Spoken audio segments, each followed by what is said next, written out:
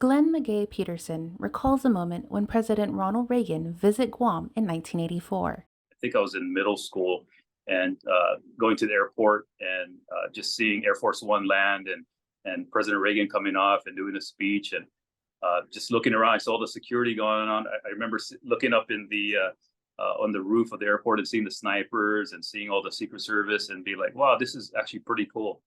Little did Peterson know that some 20 years later, he would be sworn in as a Secret Service agent. Peterson, who was born and raised on Guam, currently serves as a special agent in charge of Secret Service operations in Washington, Oregon, northern Idaho, Montana, and Alaska. Formerly of Tamuning and a 1989 graduate of George Washington High School, he is also the first person of Palauan descent to be sworn into the Secret Service. The 51-year-old says when he was considering becoming a federal agent, he did his research of different agencies and was quite interested in the type of work the FBI and Secret Service did. Secret Service specifically because of our dual mission of investigations and protection. So I thought that would be, looking for something a bit challenging. So that drew me toward that agency more. Peterson has a background in law enforcement, and it definitely prepared him for his role in the Secret Service. Right out of college, my first job was working for Outrigger Hotels in Hawaii. And I eventually joined the Honolulu Police Department for a very short time because a department in Northern California came to recruit. They're offering better pay.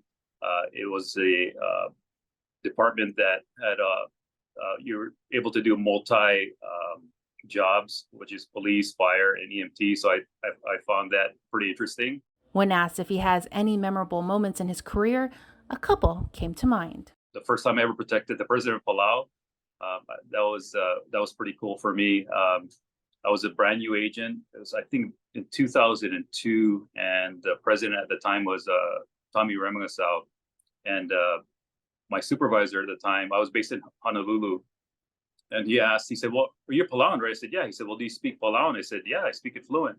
Well, he said, "I don't believe you." So he put me on the president of Palau's detail coming to Honolulu, and so President of Palau arrives, we greet him, and I said, okay, now I got to prove myself to my boss, right? So I turned around, I started speaking to President Remengesau in Palau, and then he was floored. He didn't realize I was Palauan, and so we were chit chatting, and then my boss, he was like, I believe you now, and anything you tell me from here on out, I'll believe what you say.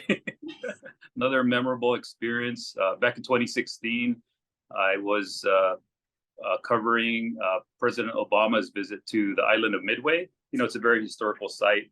I was in charge of providing all the logistics for the Secret Service, or getting all personnel out there, the president's detail, and it was just a pretty cool place to be. There's no cars on that island, so we did our advance on bicycles, so that was very unique. He says that he cannot do what he does without the incredible support of his family. Starting from my grandparents, my parents, my siblings, in my younger years, and most importantly, my wife and kids now. I also still have my network of friends and family that are in Guam and Palau, and I rely on them for support too. I think these are attributes that really make us who we are, right? Anywhere we end up in the world, we always have home to reach back to and get that support. Everybody's always encouraging to me, no matter where I end up, wherever I am in the world. I think that sense of family and community, that's what makes it easy for us to get into the civil service or join the military. We understand the importance of serving those we care about. And he offers this. Don't ever feel like you're not good enough to fulfill your dreams. I know growing up in Guam, we had limited access to things, right? But when I look back, growing up there around family and friends, which to this day I still consider very close, I wouldn't change it for the world. I think you really should set goals for yourself. You'd really be surprised, I think, of what you can accomplish if you set goals and if you work hard toward those goals. You can do whatever you want in life. Just be sure to reach for the stars and never give up. And most importantly, also, I think finding your voice is very important in whatever space you find yourself. Don't second guess yourself. Be confident in everything you do, and because I consider us as Pacific Islanders, we're very special people, right? Our island heritage that allows us to bring a unique outlook. Joan Aguon Charfauros, KM News.